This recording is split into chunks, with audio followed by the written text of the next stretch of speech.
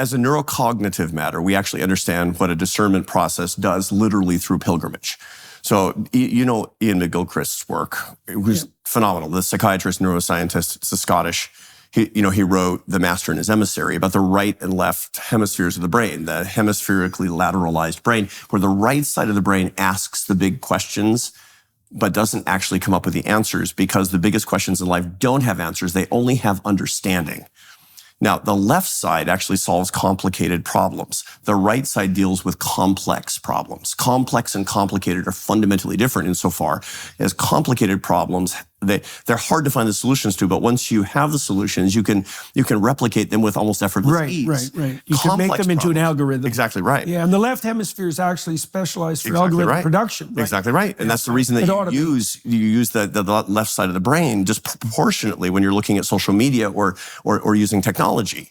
Engineering solutions are left brain solutions. The right brain problems are those that have very easy answers. We won the football game. They lost the football game. She fell in love with me. She didn't fall in love with me. I have something I want to do. I don't have something that I want to do. But you can't answer the questions. You can only have an understanding of the questions. And to come to the understanding of those questions, you have to sit in the right hemisphere of your brain.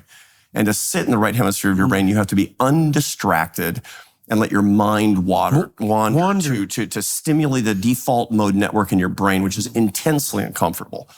Because we hate boredom. When you were at Harvard, Dan Gilbert, your colleague Dan Gilbert, who's wonderful, social psychologist, he did all those experiments about people being bored. So he would put people in a room for 15 minutes with nothing to do, except they had a button in front of them. You remember these experiments? No, if they not touch the specifically. button, they get a painful electric shock. Oh, yes. And it turned out that 80% of the participants shocked themselves rather than letting their default mode network run free. And even animals will do that. Yeah. Bored animals will shock themselves. Absolutely. And one, they had to throw out this particular guy because he was such an outlier, shocked himself 190 times in 15 minutes. We hate boredom. We hate the default mode network. But unless you engage the right hemisphere of the brain and the default mode network by purposively just walking and repetitively praying, unless you manually stimulate that part of your brain, you are not going to come to understanding about the why of your life. You're going to be stuck on the how and what. And you're going to be path dependent. And I knew that. I knew that.